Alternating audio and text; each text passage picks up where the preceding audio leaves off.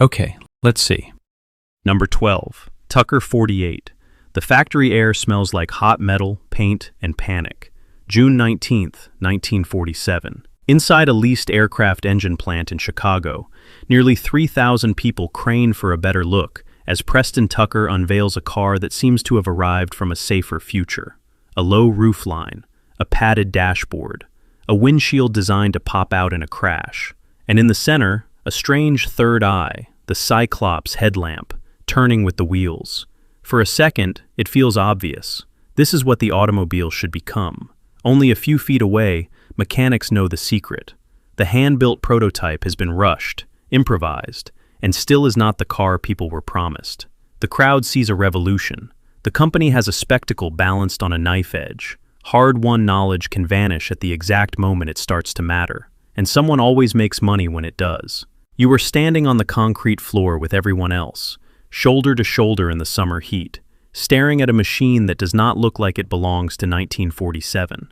The war is over. America is supposed to be building tomorrow now. Here it is, long, low, smooth-sided, like somebody skipped ahead a decade and drove the result back into Chicago. Preston Tucker knows exactly how to work a room. He is 43 years old, broad smile, salesman's timing, engineer's appetite, gambler's nerve. He lets the pause do the work. Then the curtains pull back and the crowd rises onto its toes.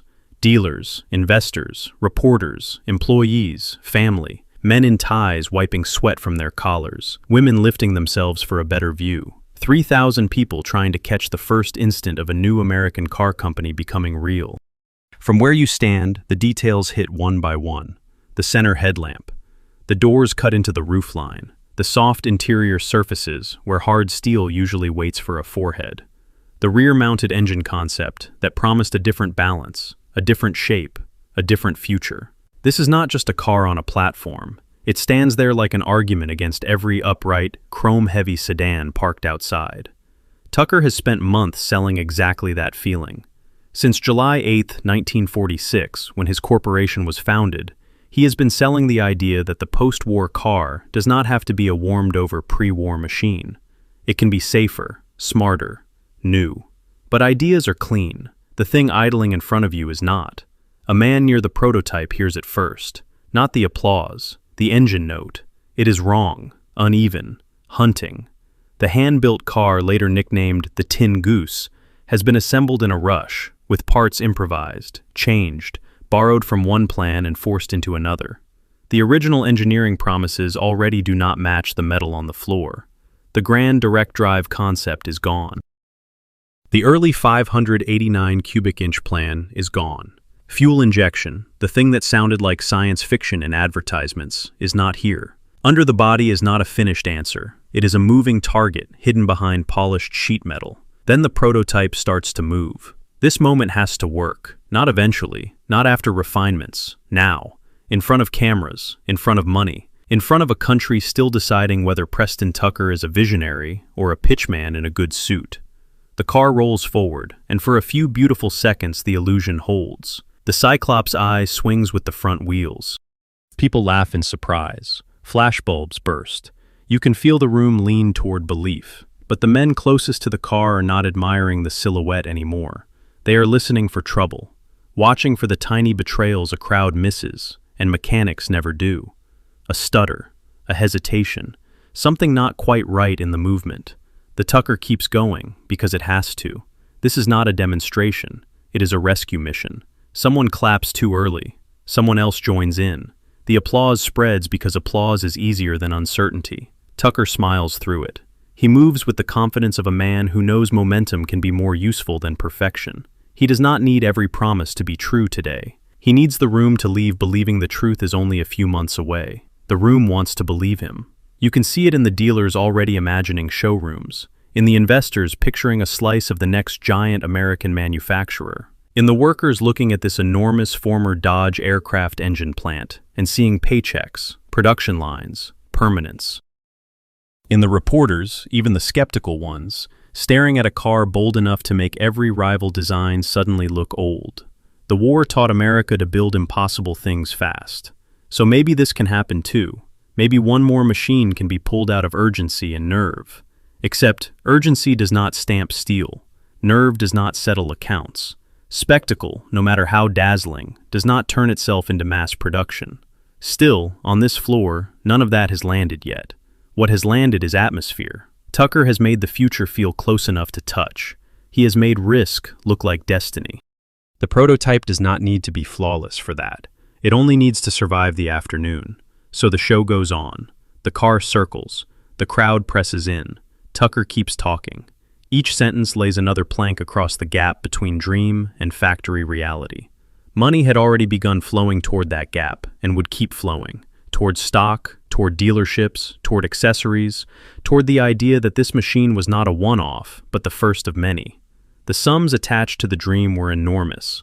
A $20 million public stock offering, approved just weeks later on July 7, 1947. About $17 million raised, and another $7,500,000 pulled in through dealerships and branded extras. But on this day, those numbers do not feel abstract. They feel packed into the room, warm and breathing, wearing hats and ties and waiting for the car to justify them. That is what makes the Tin Goose in motion so strange. It is both more and less than advertised at the same time. More vivid, more daring, more alive, less finished, less certain, less ready. You are watching a company cross a canyon on boards it is still nailing down under its own feet. By the end of the event, people file out carrying completely different stories. Some saw the birth of the car industry's future. Some saw a brilliant bluff. Some saw both at once. Tucker, meanwhile, has bought himself the one thing he cannot manufacture on the plant floor that day: belief carried away by other people. Belief is dangerous fuel. It burns hottest when the machine beneath it is still incomplete. Less than 3 years later, after scrutiny, raids, layoffs, trustees, and a fraud trial that ended on January 22, 1950, with Tucker and 7 associates acquitted on 31 counts, the company was dead. Only 51 cars were ever built. Number 11. General Motors EV1. The car they had to bury before they could admit it still worked. On July 24, 2003, Chelsea Sexton stood in Hollywood Forever Cemetery in Los Angeles and watched mourners hold a funeral for an electric coupe. A white hearse led the procession. A bagpiper played. Silver and white General Motors EV1s rolled behind it for one of their last public drives. This was not a send-off for a broken machine. The car was not obsolete. It was not unloved by the people leasing it. Sexton had once worked inside General Motors, helping promote electric vehicles. Now she was watching drivers grieve a car the company had decided should disappear. The paper trail started long before the hearse. In 1990, California's Air Resources Board passed the rule that jolted Detroit into motion.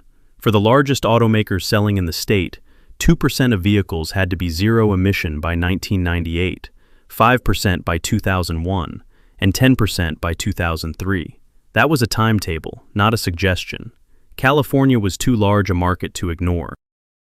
The rule created something rare: legal pressure strong enough to drag a century-old industry toward a technology it had spent decades sidelining. General Motors answered with the EV1.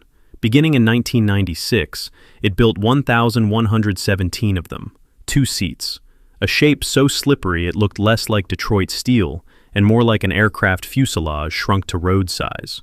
That fit the people behind it. Some of its aerodynamic DNA ran through Paul MacCready and AeroVironment, names better known for solar-powered and human-powered flight than for conventional car programs. The early cars carried 32 lead-acid batteries, built by Delco Remy in Muncie, Indiana. They could do 0 to 60 in about 8 seconds and travel roughly 80 miles on a charge. In the late 1990s, that was a production electric car you could actually use. Sexton had seen the reaction up close. Drivers loved the silence. They loved the instant torque. They loved never visiting a gas station. In a market trained for piston noise, tailpipes, oil changes, and dealership service bays, the EV1 felt like an intruder from another timeline. The knowledge already existed. The machine already worked. The harder question was why something functional could still be made to vanish, and who benefited when it did. The trap sat inside the contract from the start. GM never sold the EV1 outright. It offered only 3-year leases, mostly in California, Arizona, and Georgia. Drivers thought they had joined the future. In reality, they were borrowing it. The official reason was parts, lifetime maintenance, and the burden of supporting a low-volume car full of unique systems. Some of that was real. A company cannot casually service a fleet that small when nearly every component is specialized. But lease-only control did something else. When enthusiasm finally appeared, GM could take every car back. Sexton saw that contradiction more clearly than most. She was not guessing from outside the fence. She had been inside the effort, arguing that the company had built something people genuinely wanted. GM insisted the market was too small and the costs too high. There was truth there, too. Charging infrastructure was thin. Battery limits were real. The EV1 was a two-seat commuter, not a family sedan. Every one of its roughly 2,000 unique parts had to be sourced, tracked, stocked, and serviced for a tiny fleet. In pure accounting terms, it was a headache. Accounting did not explain everything. The legal pressure that created the EV1 was already weakening. California's zero-emission mandate had forced companies to move. Then rule changes and partial credit cleaner vehicles gave them room to back away from pure battery cars without saying so outright. The same system that had pulled electric technology into daylight no longer made it commercially necessary. The invention had not failed on the road. It had lost protection in policy. That is what made the 2003 funeral feel so strange. The mourners were not burying a technical impossibility. They were burying leverage. Sexton kept pushing after the cemetery spectacle ended because she understood exactly what the lease structure meant. When the contracts expired, GM reclaimed the cars. Some went to museums and universities with their drivetrains disabled. Most were marked for destruction. The public would hear that the program had run its course. Drivers who had already adapted to electric life would be told to hand the future back. Then came the scene that made it hard to dismiss all this as simple lack of demand. On February 16, 2005, Sexton and other supporters began a round-the-clock vigil outside GM's training center in Burbank. Behind the fence sat about 77 surviving EV1s. Not one symbolic relic. Dozens. Former lessees, activists, and allies tried to save them before they were hauled away. Actress Alexandra Paul joined the effort. People camped out in shifts. They watched the gates. They tracked tow trucks. Coffee cups sat beside folding chairs. The mood was half protest, half wake. Here the numbers get blunt. Activists offered GM $1.9 million for the remaining cars. Cash. Not nostalgia, not petitions. Money. GM said no. The company cited safety, liability, service obligations, and the impossibility of maintaining a vehicle with about 2,000 unique parts and no supply chain to support them. Those concerns were real. If a brake module fails on a discontinued fleet of 77 hand-built oddities, the legal department does not sleep well. From the sidewalk, though, that explanation sounded less like caution and more like containment. If no one wanted the EV1, a desperate crowd trying to buy dead-stock electric cars should not have existed. If the technology had no future, people would have walked away quietly and bought something with a tailpipe. Instead, they kept vigil in shifts, trying to stop a car company from destroying vehicles its own customers were begging to keep. The story splits there. In one version, GM is trapped by genuine economics. A low-volume, lease-only electric coupe launched too early, burdened by weak batteries, thin infrastructure, and impossible support costs. In the other, GM is protecting a business built around gasoline, service revenue, dealer networks, and incremental compliance, rather than a machine that threatened all of it at once. Both versions can be true. A technology does not need to be flawless to threaten an industry. It only needs to point toward a future that makes too many existing systems look temporary. Sexton watched that future loaded onto carriers anyway. Most of the remaining EV1s were sent away, crushed, and recycled. The car existed because regulators forced an opening. It was pulled back once that opening narrowed. The knowledge did not vanish because the vehicle could not move. It vanished because the institution controlling it still decided who was allowed to keep moving with it. Years later, the world would return to electric cars, with billions of dollars, heroic branding, and the language of inevitability. The EV1 leaves a colder lesson behind. Sometimes, the prototype for the future is not killed by ridicule. It is killed by custody. They're taking away something we love. Number 10. Doble steam car. In early 1924, Abner Doble rolled his Model E into an Automobile Club of America test in New York and let the weather speak first. The car sat outside in freezing conditions for 90 minutes. No heated garage, no sympathetic setup, no hidden warm start. Then the switch was turned, a burner ignited, pressure climbed. In 23 seconds, the steam system was ready. In 41 seconds, the car moved off with 4 passengers aboard. By 12.5 seconds after launch, it was already doing 40 miles an hour. For anyone who knew steam cars, that sequence bordered on absurd. The old ritual usually took 10, sometimes 20, sometimes 30 minutes of waiting, fussing, and feeding the machine before it behaved. Doble's machine skipped the ritual. It stood up and left. That was the legend in its strongest form. A near-silent luxury car with no clutch, no gearbox, no lurching shifts, and torque the instant you touch the throttle. A steam car that did not ask you to be a mechanic in goggles.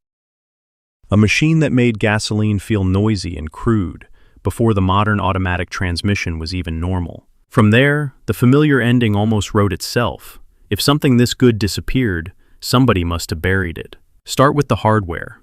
Inside the Model E sat a monotube steam generator made from 576 feet of seamless steel tubing, coiled into a unit only about 22 inches wide and 13 inches high. Small enough to fit in a car, powerful enough to do the work of a boiler without behaving like the boilers people feared. Working pressure ran around 1,500 pounds per square inch. At standstill, the engine could deliver about 1,000 pound-feet of torque. Put those numbers first, and the eyewitness excitement stopped sounding romantic. The car was not just impressive by steam standards, it was impressive by almost any standards available in 1924. You did not need to downshift, you did not need to build revs. You pressed, and the car shoved forward. People later said the gasoline industry must have panicked. The evidence points somewhere messier.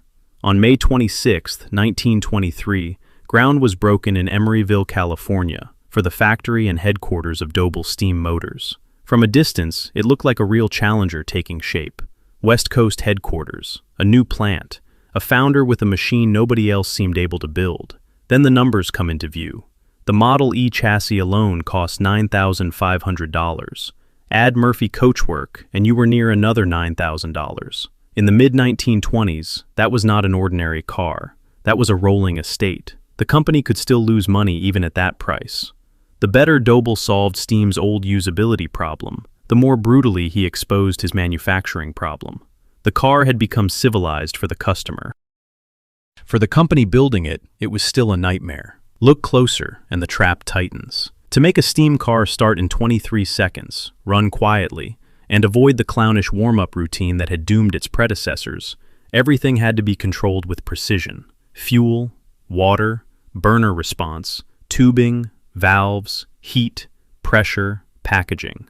The miracle was not one component. It was all of them working in tune. That made standardization essential. But Abner Doble had a habit that can be fatal in manufacturing and intoxicating in engineering. He kept improving things. He changed details. He refined systems. He adjusted what a production model was supposed to be while trying to build one. In a workshop, that can look like genius. On a factory floor, it looks like delay with invoices attached. Only 24 Model E cars were built before the company collapsed. 24. That is not a low-volume success. That is evidence at the scene. That number matters because this is where the clean conspiracy version starts to sag. If Detroit wanted steam dead, it did not need to smash a thriving industrial rival. There was no thriving industrial rival to smash. Doble Steam Motors was far from Detroit capital, far from mass production muscle, and tied too closely to one man's ability to keep an impossibly sophisticated machine balanced in his own head. The Model E had solved the thing drivers hated. It had not solved the thing companies fear most: repetition.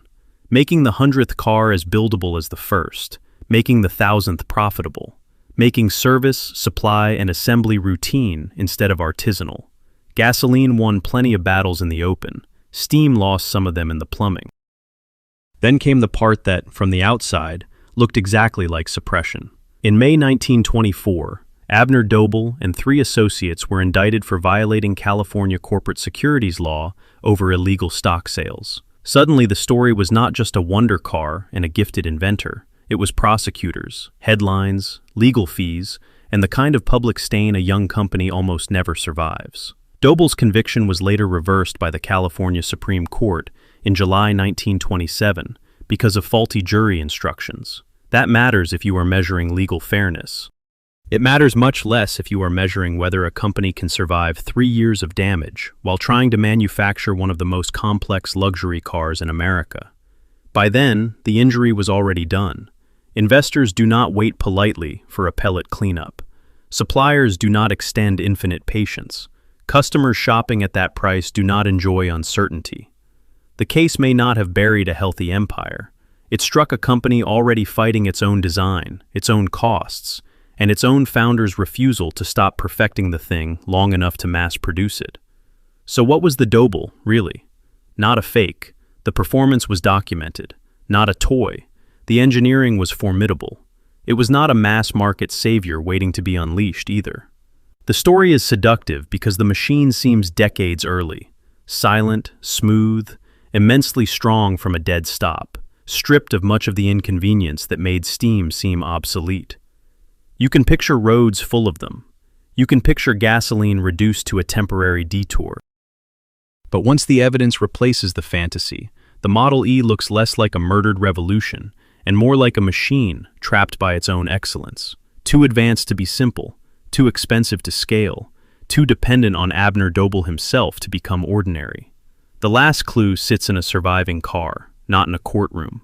Abner Doble's personal 1925 Doble Series E Coupe, chassis E24, sold on September 20th, 2025 for $1,435,000. A fortune for a vehicle from a dead company that built only 24 of its greatest model. Collectors were not buying a failed curiosity. They were buying proof. Proof that the machine had been real. Proof that reality was the problem. A handmade answer can be better than the future and still lose to production, timing, and scandal. In the suppressed Invention version, somebody slams the door from outside. In the evidence, the hinges were already loose when the law arrived. In New York, the officials still had the stopwatch in hand. Winter air still hung over the hood, and the car was already gone. Number 9. Pogue carburetor. On August 20th, 1927, Charles Nelson Pogue filed a U.S. patent for a carburetor. Not a miracle engine, not a secret fuel, a carburetor. Pogue was a Canadian mechanic from the Winnipeg area, and he focused on one specific flaw. Gasoline was entering engines as droplets, when, in his view, it should have entered as dry vapor. One date, one inventor, one weak point in the machine. The number that built the legend was 200 miles on 1 gallon. In later retellings, it gets attached to a Ford V8. That number is why Pogue still shows up in lists like this almost a century later. To judge whether real knowledge disappeared, or whether the myth simply outlived the hardware, you have to begin somewhere less glamorous. You have to begin with the mechanism. An ordinary carburetor meters fuel and air into the engine. Pogue believed too much fuel stayed liquid for too long. His patents keep returning to the same answer. Heat it, separate it, regulate it. Feed the engine vapor, not mist. His first U.S. patent, US 1750354A, was filed in 1927 and published on March 11, 1930. He kept revising after that. Another patent path appears in the 1930s, with designs published in 1933, in April of 1935, and again on January 7, 1936.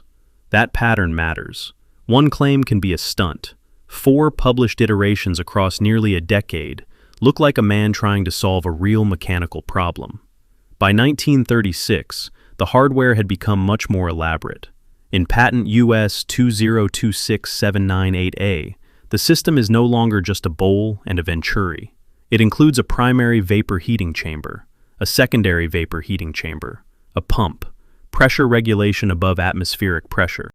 Air bubbled through liquid fuel. Exhaust heat routed back into the process to drive the fuel farther from droplets and closer to combustible vapor. Spread those parts across a workbench, and it stops looking like a simple fuel-saving trick. It looks like an effort to turn a carburetor into a small refinery. The claim was huge.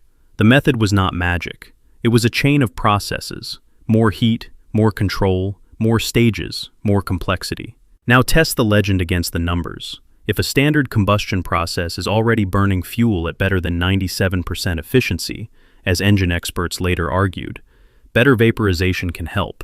It cannot plausibly multiply mileage by 10 under normal driving conditions. Not from 20 to 200, not unless something else changed just as much. Speed, power, load, gearing, the engine itself, or the way the test was run. That is where stories about suppressed technology usually go soft. The headline survives. The conditions vanish. In Pogue's case, the missing conditions are almost louder than the claim. There is no independently logged route. No standardized fuel measurement everyone agrees on. No complete third-party test sheet tying vehicle weight, speed, engine modifications, and distance to that famous number. If a Ford V8 really traveled roughly 200 miles on 1 gallon in the mid-1930s under normal road conditions, it would not have remained a rumor. It would have become a benchmark. Engineers would have pulled it apart, line by line. Instead, the legend hardened first. By the mid-1930s, the story was already shifting from invention to accusation. The machine was said to be too effective. Oil interests, auto interests, somebody powerful stepped in. But the patent trail cuts against that picture. Pogue's designs were not locked in a vault. They were published, public, searchable, expiring in plain sight. If this was suppression, it was a strange version of it, with diagrams, claims, chambers, valves, and process steps sitting out in the open for anyone to copy. That does not prove the device failed. It changes the burden of proof. Once the design is public, the issue is no longer who buried it. The issue is why nobody could make it take over the market anyway. The U.S. Department of Transportation looked at the story decades later in a 1975 retrofit evaluation, and the contrast is almost clinical.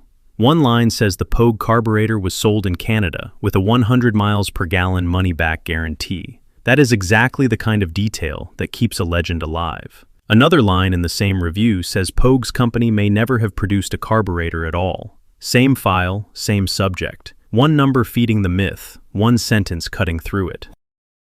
Then comes the hardest number in the case, 1941. A unit based on the patent drawings was built and installed on a 1936 six-cylinder Chevrolet. The mileage claims in that reconstruction exceeded 150 miles per gallon. Then the next figures land. Top speed, 28 to 38 miles per hour. Picture that Chevrolet out on the road. The fuel figure sounds extraordinary.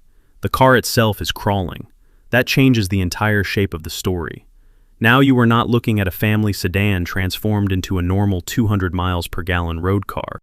You may be looking at a machine operating inside a severely limited window, extremely lean, low power, carefully nursed, perhaps capable of remarkable economy only by giving up the thing a car is meant to provide: speed, flexibility, usable output. A carburetor can save fuel, but if the price is reducing a 1936 Chevrolet to 28 miles per hour, the invention has not broken the rules. It has traded one number for another. That trade sits at the center of the case.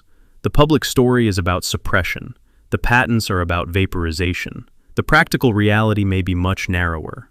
A setup that only looks miraculous inside tightly restricted conditions. There is one more date worth keeping, 2003. A 72-year-old mechanic from St. Austell, Cornwall, Patrick Davies, said he had found Pogue-related blueprints in a toolbox. It is the kind of rediscovery that fits these stories perfectly. Lost plans, forgotten genius, the missing key. But blueprints are not road tests. Diagrams are not manufacturing. Neither solves the oldest problem in automotive history: building something that works every day, in traffic, in cold weather, on hills, with ordinary drivers. So put the evidence side by side. August 20th, 1927, first U.S. filing. March 11th, 1930, publication. November 3rd, 1934, another filing. April 9th, 1935, another publication. September 27th, 1935, another filing. January 7th, 1936, another publication. Primary chamber, secondary chamber, pump, superatmospheric pressure, rumors of 100 miles per gallon, legends of 150, stories of 200, then one reconstruction with a ceiling of 28 to 38 miles per hour. This is remembered as the carburetor they did not want you to see. But the patents were public, the design kept changing, and the one hard performance clue points somewhere less dramatic. Not to a murdered revolution, but to a machine that may have saved fuel by giving up the car people thought they were buying. The invention was not erased. It stayed in view, open to testing, and still could not prove on the road what the story claimed it had already done. Number 8. Starlite Heat Shield. In 2013, a company called ThermaShield said it had acquired the rights to a lost British material called Starlite and had recreated formulas from Maurice Ward's notes. If that claim is true, then one of Britain's most talked about heat shields did not vanish in a lab fire or disappear into a state archive. For more than 2 decades, it sat in a stranger graveyard. Notebooks, family memory, and a reputation built on a television stunt that nobody could quite turn into an industry. That changes the shape of the story. Not stolen, not officially banned, just held in place until time damaged it for everyone. On August 22, 1985, British Air Tours Flight 28M caught fire during takeoff at Manchester Airport. 55 people died. The official lessons of that disaster focused on evacuation, smoke, toxic gases, cabin materials, seconds lost, and seconds that could have saved lives. In Hartlepool and later Blackburn, one man turned it into a personal engineering problem. Maurice Ward was not a university materials scientist. He was a hairdresser, a self-taught tinkerer. He worked with scrap plastic gubbins, solvents, improvised tools, and the kind of stubborn confidence that keeps a person going when someone with better credentials would have quit on day 2. He looked at an aircraft cabin and reduced it to one brutal fact. You do not always need a miracle. Sometimes you need another minute. After the 1985 fire, Ward began mixing compounds in his kitchen workshop world.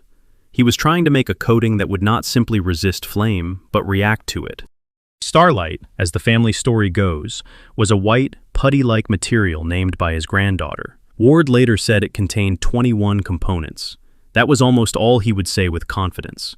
Organic polymers, borates, ceramics. A recipe vague enough to sound plausible and closed enough to stay mysterious. The likely mechanism was not magic. It was intumescence. Under extreme heat, the surface chars, swells, and foams into an insulating barrier. In plain English, the fire hits it, and the material builds itself a shield. The public did not meet Starlite in a journal. They met it on television. In 1990, on the BBC program Tomorrow's World, presenter Peter McCann held up 2 ordinary eggs. One was bare, one was coated in Ward's strange white paste. Then he put a blowtorch to them. The untreated egg failed fast, exactly the way you expect a thin shell and protein to fail under direct flame. The coated one sat there while the torch blasted it for about 4 minutes. The shell blackened, smoke curled. Everything in the scene said the inside should be ruined. Then McCann picked it up by hand. He cracked it open. The egg inside was still raw. It is the kind of demo that takes over the imagination at once, because you do the math without equations. If a shell a few millimeters thick can stay cool enough to protect a raw egg under a blowtorch, what happens if that principle scales? Aircraft panels, fire doors, data boxes, fuel tank protection, spacecraft tiles, electronics casings, naval bulkheads. Maybe not invulnerability, but time. Time to escape. Time to isolate a fire. Time for systems to fail more slowly than the human body. Interest came from exactly the places you would expect. Defense, aerospace, chemical companies. Over the years, the reports and retellings grew larger. Starlite was said to have endured laser testing. It was said to have resisted simulated nuclear flash heat. One widely repeated figure put that claimed test environment at up to 10,000 degrees Celsius. NASA was said to be interested. Boeing too. Some of those contacts may have been real. Serious people took Ward seriously enough to look. The obstacle was not lack of attention. Ward did not trust what attention would cost. He feared theft. A patent could have protected his ownership, but it also would have required disclosure. Samples could have allowed testing, but they also would have put the material into other hands. So Ward tried to make the hardest deal in invention. He wanted major institutions to accept that the breakthrough was real without letting them verify it on their own terms. He wanted payment first, protection first, guarantees first. The companies wanted documentation first, repeatability first, independent analysis first. Both sides had rational reasons. Rational reasons can still lock a door. After that, the invention changed shape in public. The less shareable the material became, the larger the legend grew. Every missing sample made the egg demo more powerful.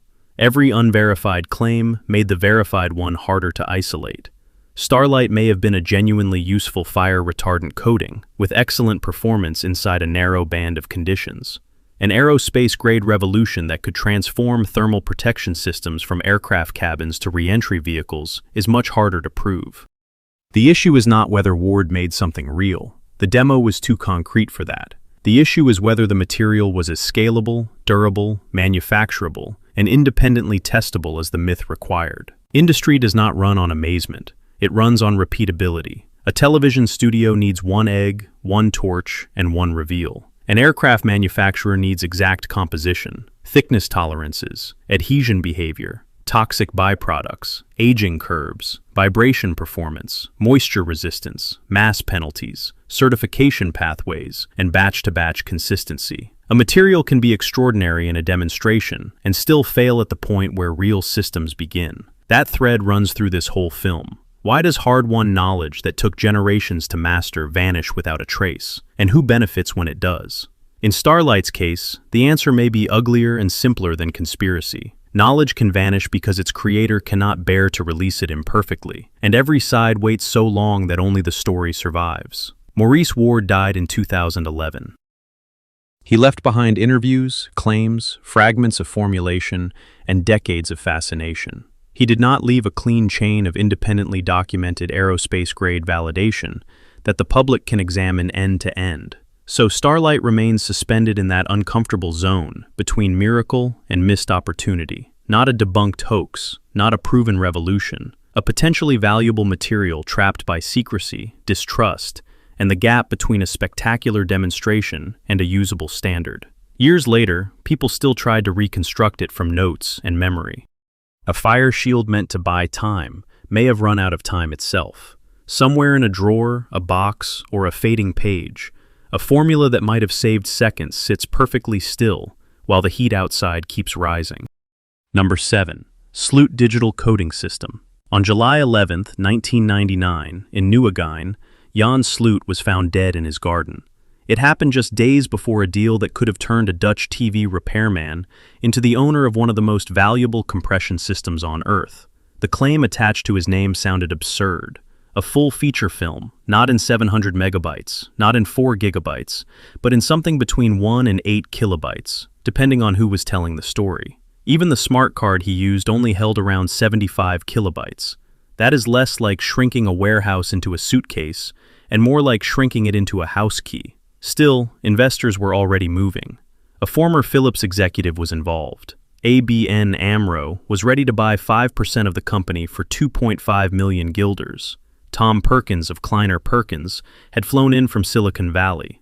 Then Sloot died.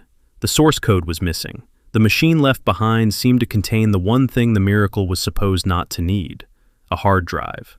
The strangest part is that the paper trail exists, not the legend, the paperwork. Start with the patent. On August 20th, 1998, Dutch patent NL1009908A1 was filed under Sloot's name. It was published on February 22, 2000, after he was already dead. It describes a method for storing digital data by breaking incoming information into blocks, comparing those blocks against values already stored in coding memories, and replacing repeats with codes. In plain English, if the same thing appears again and again, you store it once and point back to it. That is a real idea, a useful one. It is the kind of thing you might expect from a man who spent years surrounded by service manuals, duplicate diagrams, repeated pages, identical faults. So Sloot did not begin with cinema, he began with clutter. In 1990s Nieuwegein, he was running a television repair business. One practical problem kept coming back. Databases full of repeated material. The same paragraphs, the same blocks, the same pages copied across manuals. If you could store repeated structures only once, the whole archive got smaller. That is not world-changing by itself, but it is exactly the kind of local fix that can pull an inventor toward a much bigger promise. If repeated pages can collapse into references, why not repeated images? If repeated images, why not video? If video, why not everything? You can almost see the idea stretching beyond its math. Here, the file splits. On one side, a plausible compression concept. On the other, a claim that seems to break the arithmetic of digital media. Phillips saw that gap early. In 1997, researchers there watched Sloot demonstrate the system. They did what engineers do when a miracle enters the room. They counted. However clever the coding was, the card in front of them could not physically contain the video data Sloot said it contained. Phillips rejected it, not because they feared disruption, not because of some shadowy boardroom panic. The numbers simply did not fit inside the object on the table, and the numbers were brutal. Coding expert Kees Schouwhamer-Immink, a veteran of Phillips' NAT lab and one of the people who helped shape how the world stores digital information, later called the invention absolute nonsense. His comparison was dry and devastating. 1 hour of low-quality MPEG-1 video with sound was about 540 megabytes. High-quality MPEG-2 could reach 3,240 megabytes. Sloot's story asked you to believe that this had been reduced not by half, not by 10 times, but by something like a factor of 2 million. Immink said a factor of 2 might be credible. A factor of 2 million was not. That is, the forensic center of the case. The closer experts got to the measurements, the less it looked like compression, and the more it looked like substitution. Sloot kept going. The story did not end at Phillips. By early 1999, serious money was circling. Roel Pieper, the former Phillips executive, became one of the key names around Sloot. The company was reshaped as Fifth Force.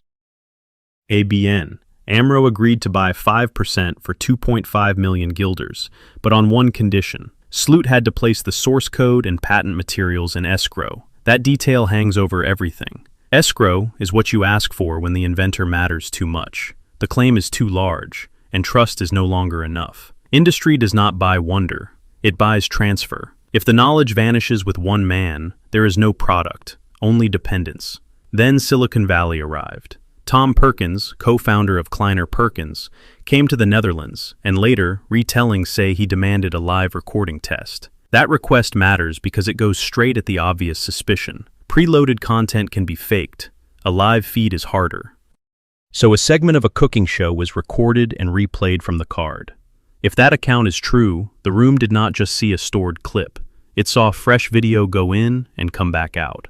For a moment, that tightens everything. Either Sloot had something extraordinary, or he had built a demonstration so carefully staged that even experienced investors could not see where the data was really hiding. Then came July 11th. Sloot died before the escrow transfer was secured. The alleged source code was missing. A compiler story circulated. The surviving device, in later accounts, contained a hard drive. With that, the whole story flipped. The artifact left behind did not confirm the miracle. It introduced a second machine inside the first. The card may not have been the vault at all. It may have been the trigger. That shifts the invention from impossible compression to something far more ordinary and far more deceptive. Not, the movie is on the card, but the card tells the box what to play. Not a universal collapse of digital storage, but a lookup system, a dictionary, maybe even a hidden library doing the real work somewhere else in the device. Suddenly the patent makes more sense than the pitch. Store possible values, compare incoming blocks, replace with codes. Efficient? Potentially. Revolutionary? Maybe in narrow cases. A full arbitrary film in 1 to 8 kilobytes? There the document goes quiet, and the myth takes over.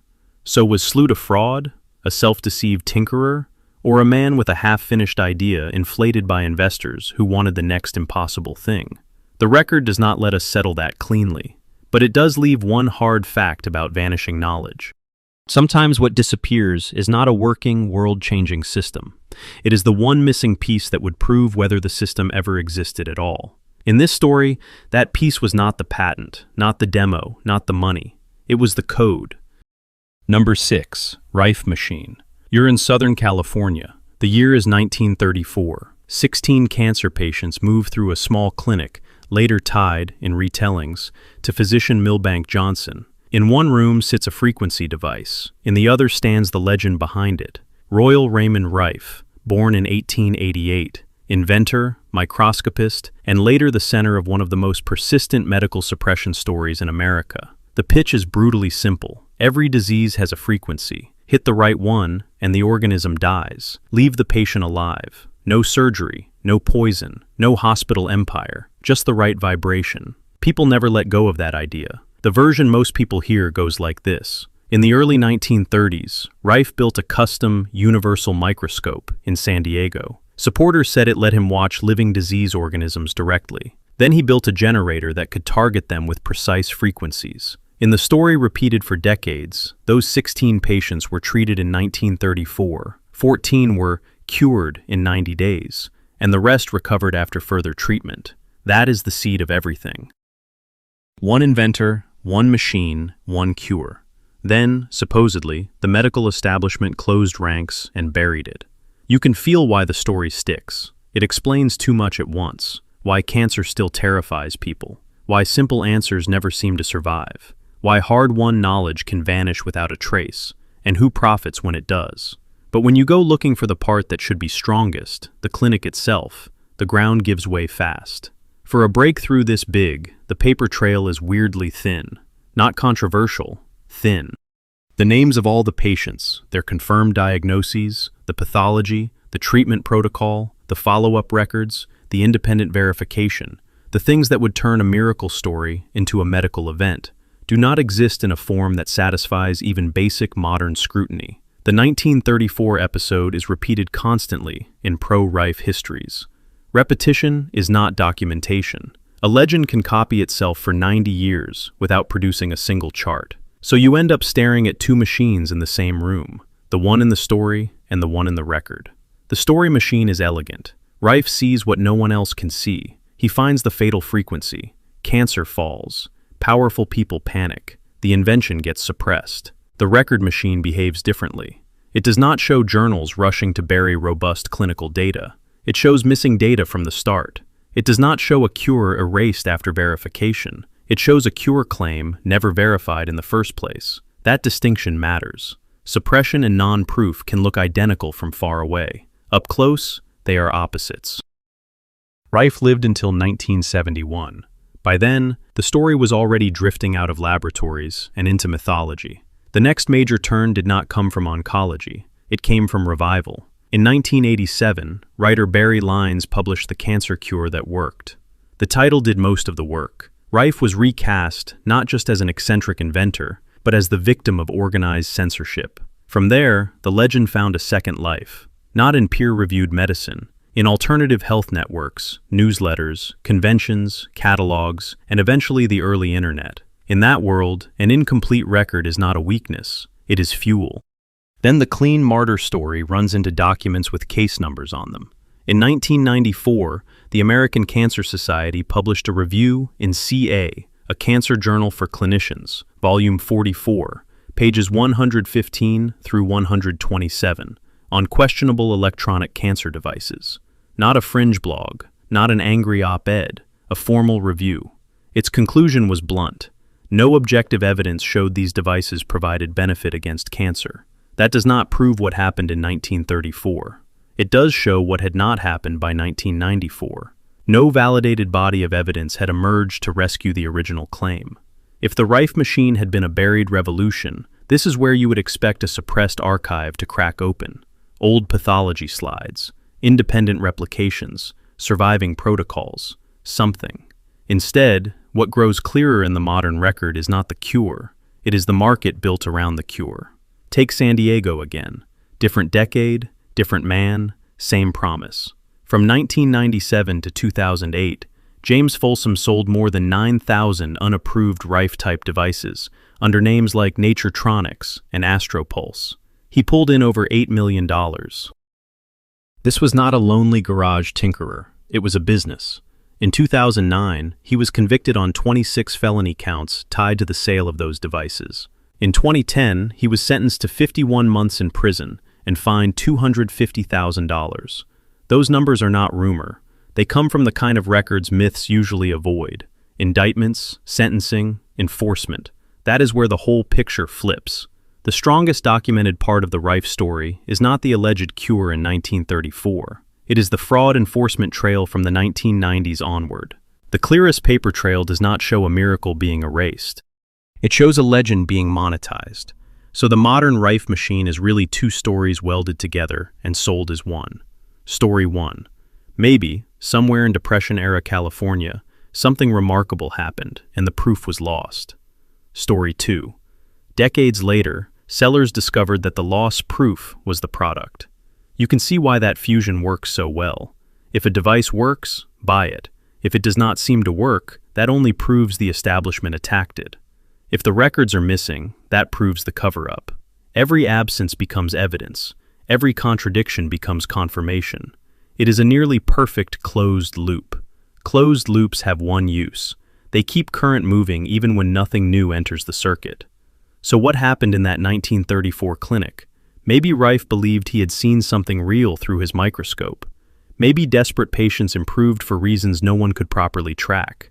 Maybe names and records existed and were lost. Or maybe the founding miracle was never solid enough to survive contact with ordinary verification. We still cannot settle that cleanly, because the emotional engine of the story is also the least documented part of it. What remains is harder than either side wants. Sometimes knowledge vanishes because it is crushed. Sometimes it vanishes because it was never stabilized into knowledge at all. Once a story like this hardens, the missing evidence stops being a whole. It becomes the business model. Here is no objective evidence to support claims that these devices are beneficial in the treatment of cancer. Number 5. Orgone accumulator. On January 13, 1941, you are standing in Albert Einstein's house at 112 Mercer Street in Princeton, watching Wilhelm Reich carry in a small cabinet that looks far too ordinary for the claim attached to it. It is a box with layered walls, organic insulation outside, metal lining inside, big enough to sit in, or in this case, small enough to demonstrate. Reich has come for roughly 5 hours to explain what he believes it does. Not electricity, not magnetism, a life energy he calls orgone, concentrated by wood and metal, the way a lens concentrates light. Einstein is 61 years old. Reich is 43. One is the most famous physicist alive. The other is an exile, a doctor, a man who has already left too many institutions behind him. In this room, the difference matters less than the thermometer. Reich is not here to trade abstractions. He is here to show a measurable effect. He says the temperature inside the accumulator rises above the temperature of the room around it. Not from a furnace blast, not from a hidden wire, from a consistent anomaly. A fraction of a degree where there should be none. The whole afternoon turns on that point. If the inside stays warmer than the air outside under controlled conditions, this plain layered box stops looking like a curiosity. The two men talk, test, note, and wait. You can feel the slowness of it. Winter light at the window, the quiet of a private house, the silence after every glance at an instrument. Reich leans in, urgent but controlled. Einstein listens, skeptical but not dismissive. That matters. This is not a story about a genius laughing a crank out of the room. For a few days, the box is taken seriously enough to be measured. At first, the measurements give Reich exactly what he came for. A temperature difference appears. Small, but there. Inside the box, warmer than expected. Reich has his anomaly. The cabinet does what he said it would do. For one brief moment, the strange little chamber enters the orbit of mainstream physics, not as a joke, but as a reading. Then Einstein keeps going. Over the next days, he keeps testing, because a number means very little until you know what else could have made it. He looks not only at the box, but at the space around the box. Floor, ceiling, air currents, heat distribution, ordinary things, the boring things, the things that ruin spectacular claims. By February 7th, 1941, he writes back with a colder explanation. The effect, he says, can be accounted for by a simple temperature gradient in the room. Warmer air higher up, cooler air lower down. No new force, no cosmic reservoir, no trapped life energy in a layered chamber. Just heat behaving like heat. In the letter, the miracle collapses into architecture. If you are Reich, that is the worst possible outcome. Not because Einstein ignored you, but because he did not. He looked. He saw something. Then he translated it into the language of ordinary physics and handed it back stripped of wonder. The box remains a box. Princeton goes quiet. The house on Mercer Street returns to itself. Reich still leaves with something dangerous. Contact. Now he can say Einstein tested it.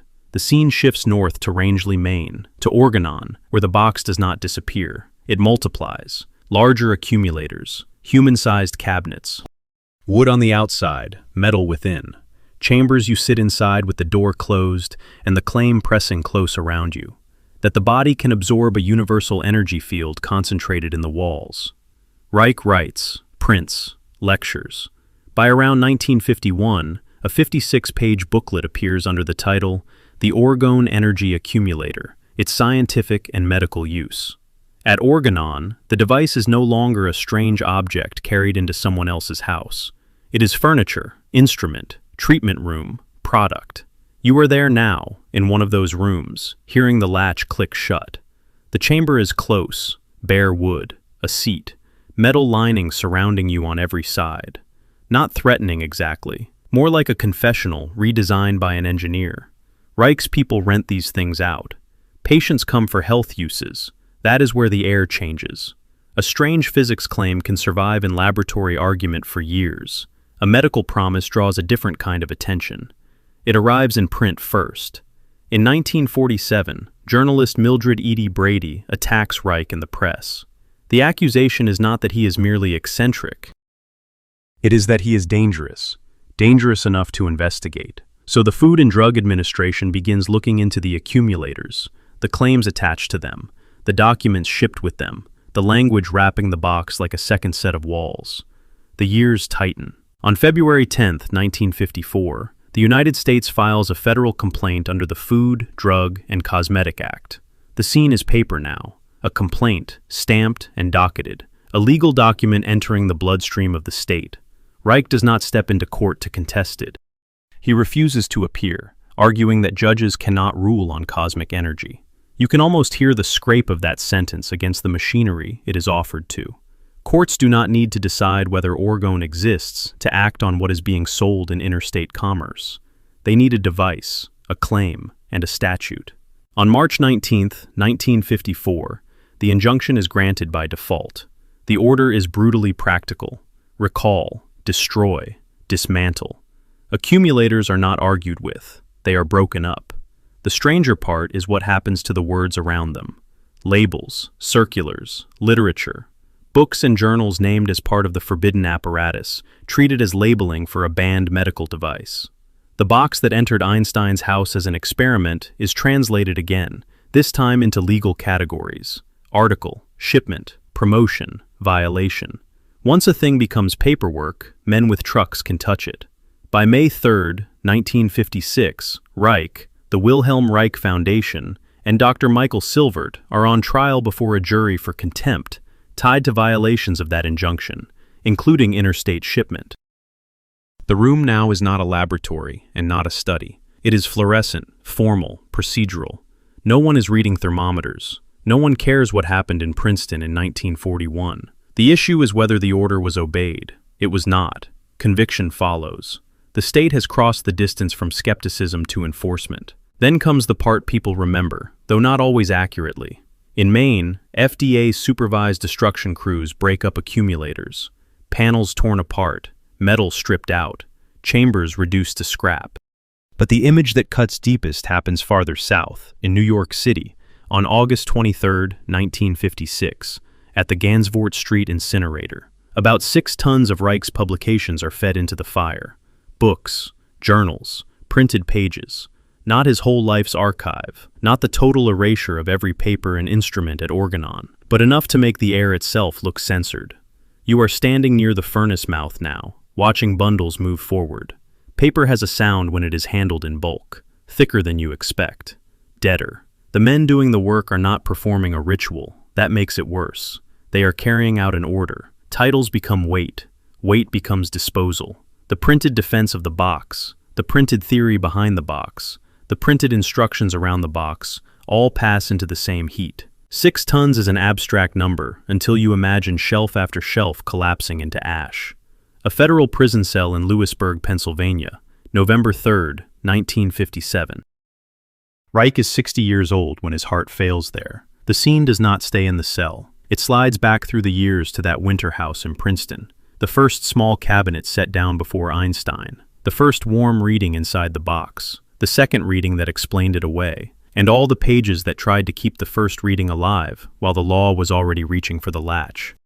Number 4. Fleischmann-Pons cold fusion cell. On March 23, 1989, in Salt Lake City, electrochemist Stanley Pons stood at the University of Utah beside Martin Fleischmann and told the world they had done what physics had failed to do with machines the size of buildings. Not in a tokamak, not with magnets swallowing megawatts, on a tabletop, in a cell that looked almost offensively simple, a palladium cathode, a platinum anode, heavy water, lithium deuteroxide, and a Dewar flask to track the heat. If they were right, fusion, the reaction that powers the sun, was happening at room temperature in a chemistry lab. The claim hit like a breach in a locked system. If a few inches of palladium in 99.5% D2O with 0.1 molar LiOD could make more energy than chemistry allowed, the energy map of the planet changed in a single afternoon. Oil changes, grids change, weapons calculations change. The whole long story of scarcity changes. For this video's larger question, it looked almost too neat. Hard-won knowledge, suddenly appearing outside the institutions that were supposed to own it. The crucial detail was not the jar, it was the clock. Their paper, Electrochemically Induced Nuclear Fusion of Deuterium, was received on March 13, 1989. It was revised on March 22nd. The press conference came on March 23rd, one day later. That is not the pace of a result settling into the literature. It is the pace of somebody rushing before a door shuts. Nearby, at Brigham Young University, physicist Stephen Jones was working on related low-level neutron claims. Not the same claim, not the same scale, but close enough that priority suddenly mattered. Once priority enters the room changes shape. Caution starts to look like delay. Delay starts to look like loss. Pons went public before the evidence had finished hardening. You can feel the pull of it if you stand in that room. You are not looking at a billion-dollar reactor ringed with warning lights. You are looking at lab hardware, palladium sheet, platinum wire, glass, electrolyte. One of their low-current setups used a palladium sheet just 2 millimeters thick and roughly 8 by 8 centimeters. Their higher current runs used palladium rods 1, 2, and 4 millimeters in diameter, each about 10 centimeters long, parts you could hold in one hand. The measurements around them were supposed to reveal something enormous. The credibility of cold fusion did not rest on whether electrolysis happened. Of course electrolysis happened. It rested on calorimetry. Was the cell giving off more heat than chemistry, instrumentation, or bad assumptions could explain? For a few weeks, Stanley Pons looked like the man who had slipped past the gatekeepers of modern energy. The story was ready-made because it already had its villain, chemists outside the fusion establishment.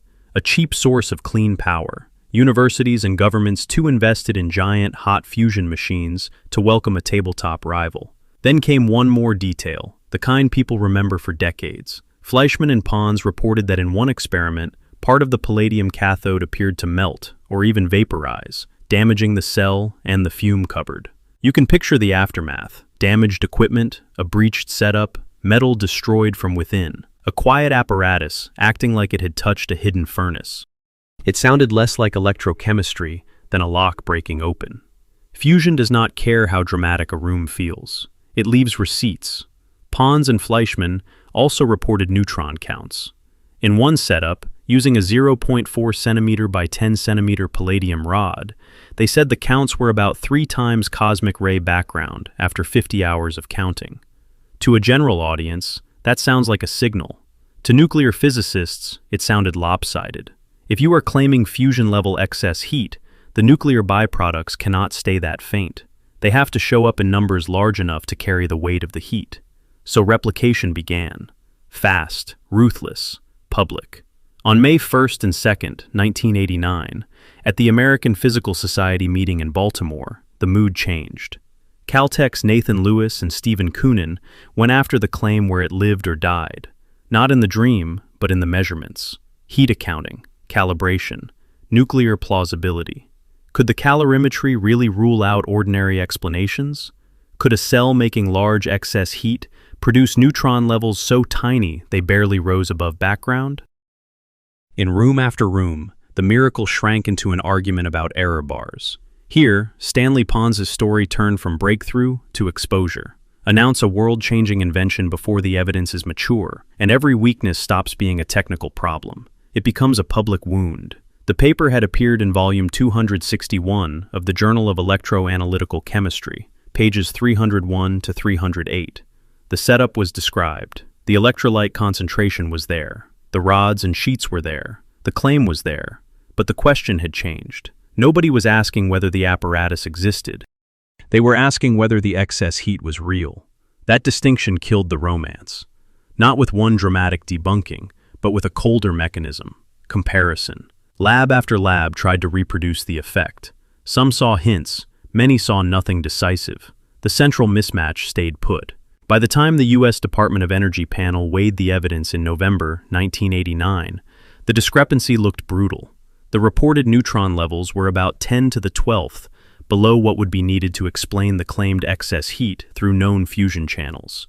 A trillion-fold gap, not a rounding error, not academic nitpicking, a canyon. So the panel made the decision that defined the episode for decades. It concluded the evidence was not persuasive enough to justify special funding programs or dedicated research centers. Officially, the miracle had not been suppressed. It had been examined and found insufficient. On the ground, it did not feel that clean to many people watching. Stanley Pons did not come off like a theatrical fraud. He looked like a man who may have believed he was holding the edge of a new physics, then watched it come apart under lights that arrived too soon. That is why the case stuck. The cold fusion cell became a symbol for two opposite stories at once. On one side, it was a cautionary tale about patent pressure, university publicity, and a priority race turning ambiguous calorimetry into an energy revolution. On the other, it became proof that institutions close ranks when a discovery threatens money, prestige, and the architecture of expertise itself. This case matters because both stories feed on the same wreckage. Sometimes knowledge disappears because it is crushed. Sometimes it disappears because it is announced before it is real. After that, the debris and the possibility are almost impossible to separate. Officially, the Fleischmann-Pons cell was a failed claim that could not survive replication. In the mythology that followed, it became something much more volatile.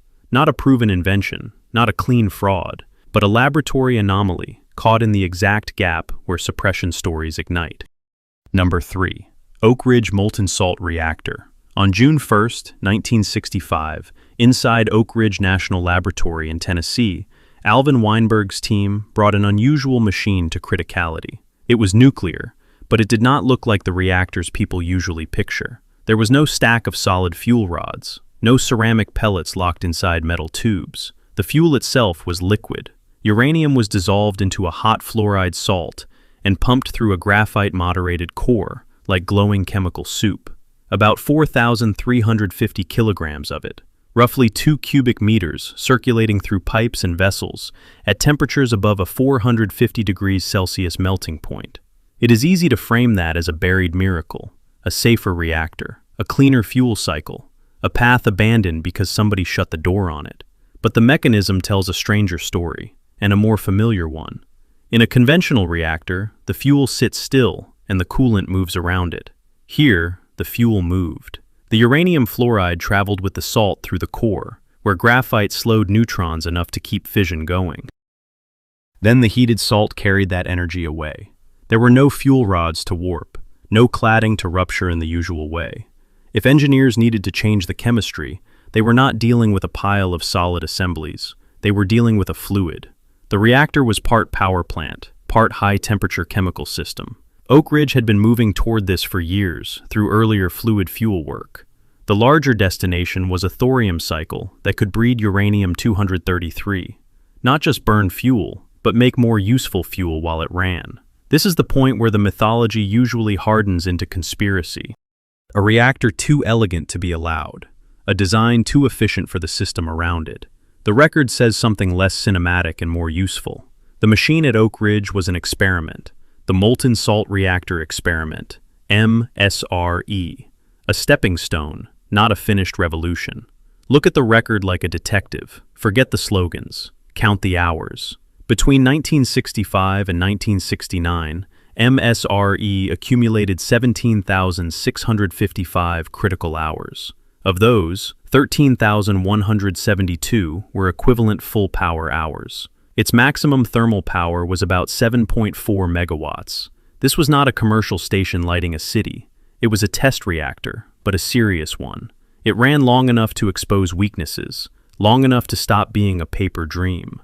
After early operating hiccups, it reached full power in 1966 and began doing the one thing that matters in engineering: generating stubborn, expensive, real-world data.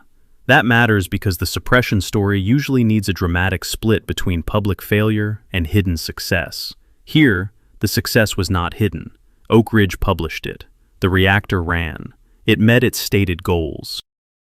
Weinberg even gave it a nickname, with dry confidence, the kind you use when a machine finally behaves: the mighty smooth-running experiment. The most revealing day came later, October 8, 1968. Glenn Seaborg, chairman of the Atomic Energy Commission, traveled to Oak Ridge to watch the reactor start up on uranium-233, a fuel he had helped discover. Picture the control room on that day. Seaborg is there in person, watching the startup. This was not a quiet burial. MSRE became the first reactor to operate on uranium-233. If the goal had been to erase the concept, this would have been a strange way to do it. You do not stage the milestone. You do not put the country's top atomic official next to the control room for the photo. So why does this reactor keep turning up on lists of lost inventions? From the outside, the timeline looks damning. June 1st, 1965, first criticality. October 8th, 1968, uranium-233 operation. December 12th, 1969, ceremonial shutdown after meeting objectives. Then, in 1973, the Atomic Energy Commission ended the molten-salt program. Success, then termination. That is exactly the kind of gap where legends grow. But the gap was not empty. It was packed with infrastructure. A molten-salt reactor asks for more than a different core. It asks for a different industry, different salt chemistry, different maintenance behavior. Different maintenance because parts exposed to hot radioactive salt could not be handled like ordinary equipment. Different fuel processing logic, especially if the long-term aim was online chemical cleanup or breeding.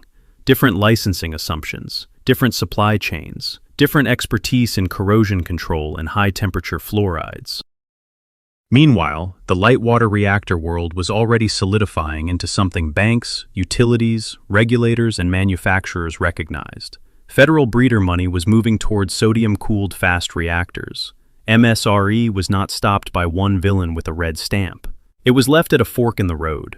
That is less dramatic than a raid on the archives. It is also how technological disappearances usually happen. People see the machine work. The problem is everything around the machine. Turning one elegant experiment into an industry would have required rebuilding the surrounding ecosystem first. Ecosystems do not need to call it suppression. They defend themselves by default. You can feel that in the scale mismatch. A 7.4 megawatt thermal experiment can prove a concept. It cannot prove mass deployment. Running for 17,655 critical hours can show stability. It cannot by itself solve remote maintenance across a national fleet. Starting on uranium-233 in front of Glenn Seaborg can prove a milestone. It cannot conjure a commercial pathway that does not yet exist. So the claim that Oak Ridge had already built the reactor that would have changed the world goes too far. The opposite claim also misses the evidence. MSRE was not a dead-end curiosity. It was real. It worked. Then the system chose other problems to solve. One more clue arrives decades after the shutdown. In 1994, long after the reactor had gone quiet, Oak Ridge investigators found uranium hexafluoride and fluorine in old process lines connected to the dormant system. Samples showed UF6 concentrations up to 8% and fluorine up to 50%. Even after the reactor stopped running, it was still teaching. Now it was teaching through cleanup. A chemistry lesson left aging in the pipes. That detail cuts both ways. It does not prove the reactor was a failure. It does kill the fairy tale in which Oak Ridge had already solved everything, and sinister forces simply hid the answer. The machine had operated successfully. It had also left behind difficult, highly specific chemical realities that only became visible when an experiment sat still for years. The real case is not a miracle reactor erased from history. It is a working reactor that proved enough to threaten the existing roadmap, but not enough to force that roadmap to change. Officially, MSRE was not smashed. It was outcompeted, not by better headlines, but by an entire industrial order already forming around other designs. The quietest image in this story is still the most unsettling. By December 12, 1969, the experiment had done what it was built to do, and it was shut down with ceremony. The pumps stopped, the salt cooled, the data remained. Years later, in sealed lines no one was watching, the chemistry was still moving. Number 2. Wardenclyffe Tower. In 1917, on 200 acres at Shoreham, New York, workmen began cutting apart a wooden lattice that had once promised to remake the planet. Wardenclyffe Tower stood about 187 feet tall. Its metal dome measured 68 feet across. For 15 years, it had dominated the Long Island shoreline beside a brick laboratory designed by Stanford White. Now the structure was being dismantled for scrap because Nikola Tesla could not pay the debts attached to it. The machine that was supposed to send signals across the Atlantic, reach ships at sea, and perhaps do something even larger ended as salvage. Not in a blaze, not in a trial, in invoices. Start with the dates. September 2, 1897. Tesla files the wireless energy patent that would become U.S. Patent 645,576. March 20, 1900, it is granted. March 1901, J.P. Morgan agrees to fund a wireless station on Long Island. The pitch is tight enough to sound bankable. Transatlantic messages, marine communication, a commercial station, not a rewrite of civilization, but the numbers already point to something wider. A 187-foot tower is not a small Radio Shack. A 68-foot dome is not an afterthought. Beneath it, Tesla planned an underground grounding system meant to make the Earth itself part of the circuit. Wardenclyffe was never just one thing. Tesla's own world system grew far beyond point-to-point messaging, global telephony, news distribution, stock tickers, marine navigation, time synchronization, even image transmission.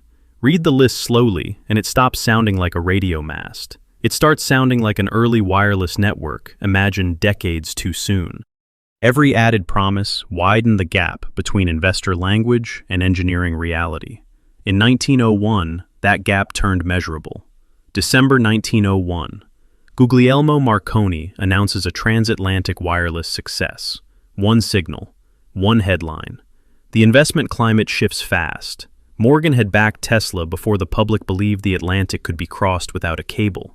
Then Marconi arrived with the number financiers care about most, first. The Wardenclyffe arithmetic changed overnight. Tesla was no longer building the future before anyone else. He was building something larger, stranger, and more expensive after a rival had already claimed the simpler victory. Look at the sequence. Morgan's funding begins in 1901. Construction rises through 1902. Tesla works at Wardenclyffe from 1902 to 1906. 4 years. Long enough to leave plans, patents, foundations, and one of the most recognizable silhouettes in the history of invention. Not long enough to make the station operational.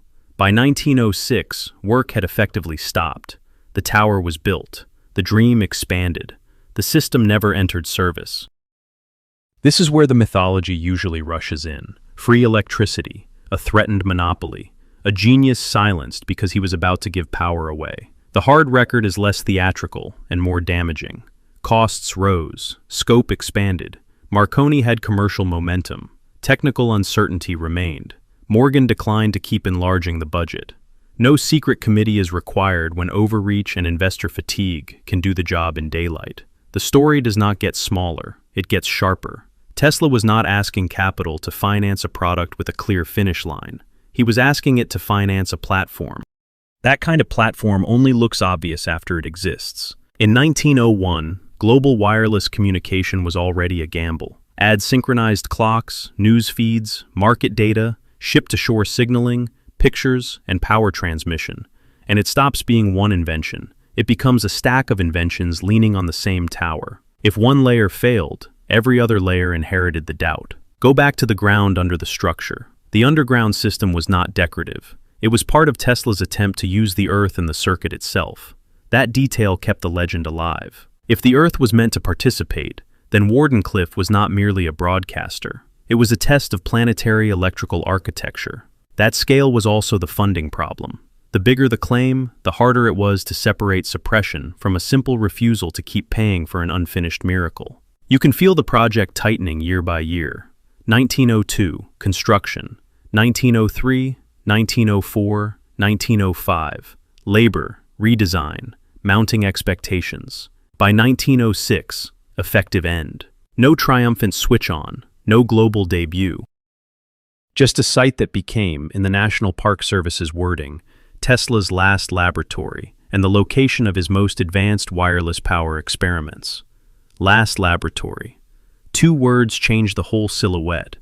The tower was not just an abandoned building. It was the final physical stage on which Tesla tried to prove his biggest idea. Years later, the numbers reverse. Not investment, but rescue. In 2012, an internet fundraising campaign brought in $1.37 million. In May 2013, that money helped the Tesla Science Center purchase the 16-acre site. On July 27, 2018, Wardenclyffe entered the U.S. National Historic Register. That is the afterlife of the project, from private ambition to public memory, from debt to preservation. One more number inside that reversal matters even more than the tower's height. Wardenclyffe is described by the National Park Service as the only remaining historic resource directly tied to Tesla's laboratory work. Only remaining. When people ask why hard-won knowledge vanishes without a trace, Wardenclyffe gives an uncomfortable answer. Sometimes it does not vanish in secret. It vanishes in plain sight, under accounting pressure, while a rival ships sooner and a backer decides the horizon is too far away. The conspiracy version is cleaner. The documented version is harsher. An invention can be too ambitious to survive the gap between demonstration and business model. It can threaten existing systems and still fail for ordinary reasons. From a distance, abandonment and suppression can leave the same silhouette. And Wardenclyffe leaves one of the strangest silhouettes in this entire story. A tower built to connect the world was never turned on. Its patents were real. Its laboratory was real. Its backer was real. Its debt was real. In 1917, they tore it down for scrap. Number 1. Project Orion Nuclear Pulse Propulsion. In November 1959, on the Point Loma coast in California, a small metal test craft jumped into the air on 5 rapid explosions, then drifted back down by parachute. It was not a missile. It was not a stunt.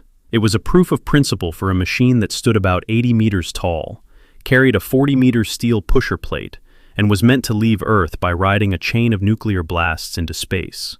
If that sounds like satire, the numbers make it harsher. Around 10,000 tons at liftoff, roughly 2,000 pulse units, a launch rhythm of about 1 detonation per second. Inside the program, the slogan was brutally direct. Mars by 1965, Saturn by 1970. Take that seriously for a minute. Suppose Project Orion had not been boxed in, delayed, and politically strangled between 1958 and 1965. Suppose the United States had decided the acceptable price of opening the solar system was to normalize nuclear explosions as transportation. The result would not have been abstract. By the late 1960s, the first practical heavy lift system in history might not have been a Saturn V throwing tens of tons at the moon. It might have been a nuclear pulse ship built to push thousands of tons into orbit and carry 150 people in relative comfort. That changes the whole shape of the program. Not flags and footprints, logistics, habitats, reactors, excavators, fuel plants, whole base modules. The line between a visit and a settlement gets much shorter. That possibility started in spring 1958, inside General Atomic in San Diego. Former Los Alamos bomb designer Theodore "Ted" Taylor was trying to turn the Cold War's ugliest tool into an engine. His idea was almost offensively simple. Put a massive plate at the back of a spacecraft, throw small nuclear pulse units out behind it, detonate them one after another. Let the blasts hit the plate. Let giant shock absorbers smooth the kicks into usable acceleration. One bomb is a weapon. 2,000, timed correctly, become propulsion. This was not one eccentric sketching monsters in a notebook.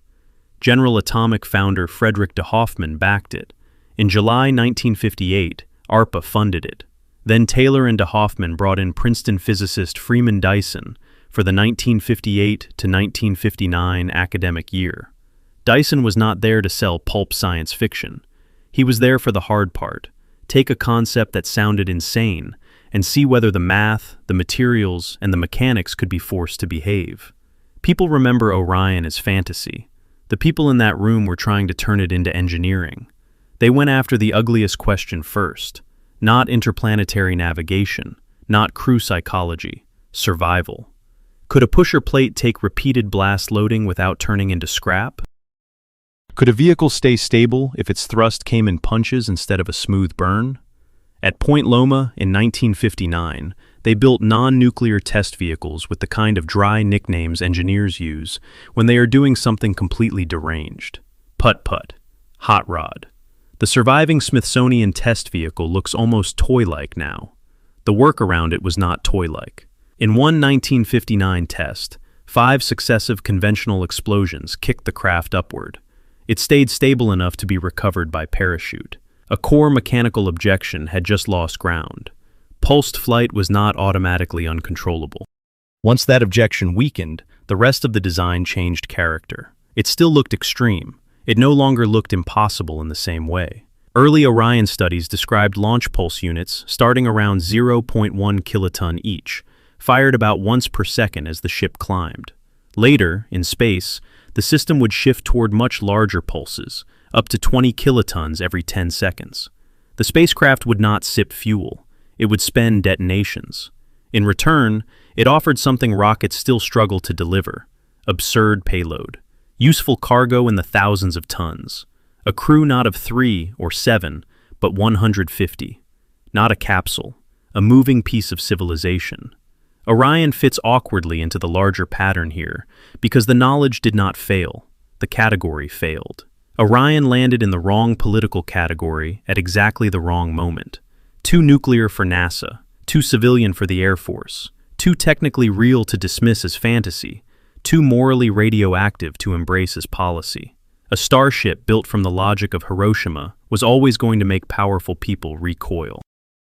By August 5, 1963, that recoil had become law. The Limited Test Ban Treaty was signed that day, entered into force on October 10th, and banned nuclear explosions in the atmosphere, underwater, and in outer space. Orion's first practical version needed all 3 words gone. Atmosphere, because early concepts included ground launch. Outer space, because the propulsion system was literally a sequence of nuclear detonations behind the ship. Some things could be redesigned. The central fact could not. The engine was a controlled series of atomic blasts. The treaty did not just slow the program. It changed its status from daring to unacceptable. Still, blaming the treaty alone makes the ending neater than it was. In Dyson's own 1965 post-mortem, there was no single villain and no single kill switch. He named 4 responsible forces: Defense Department leadership, NASA leadership, test ban promoters, and the scientific community. That is a more interesting kind of suppression, because it is not secret, no masked committee in a bunker, no single order stamped classified and slid across a desk, just institutions deciding, for different reasons, that this road should not be taken. Some saw it as strategically inconvenient, some saw it as morally obscene, some saw an atmosphere poisoned literally and politically. In practice, all of them helped close the door. Picture the alternative one last time. Not fantasy art, not retro-futurist posters. A United States that accepts fallout risk, accepts the public symbolism of bomb-propelled travel, accepts that access to space will be bought by making nuclear detonations routine. In that world, maybe there are heavy industrial missions to Mars before the century ends. Maybe there are shipyards in orbit built around payload capacities chemical rockets can barely approach. Maybe the map of human spaceflight changes completely. The price is not hidden. It is written into the engine. Orion may have been the fastest path off Earth ever seriously studied. It was also one of the few where the mechanism of progress and the mechanism of terror were the same machine. By January 1965, NASA declined serious support. The US-sponsored program that had run from 1958 to 1965 was over. General Atomics' atomic spaceship became, literally, a museum object instead of a launch vehicle. Real institutions saw a workable line of development and helped stop it. That much is plain. The harder cut comes after that. This was not a miracle carburetor or a safer car. It was a breakthrough that asked civilization to make peace with using nuclear explosions as routine thrust. The people closest to it never pretended otherwise. Freeman Dyson looked back on the wreck of the project he had helped build and reduced the whole dream to one cold sentence. Orion was a good idea for a world that was not frightened.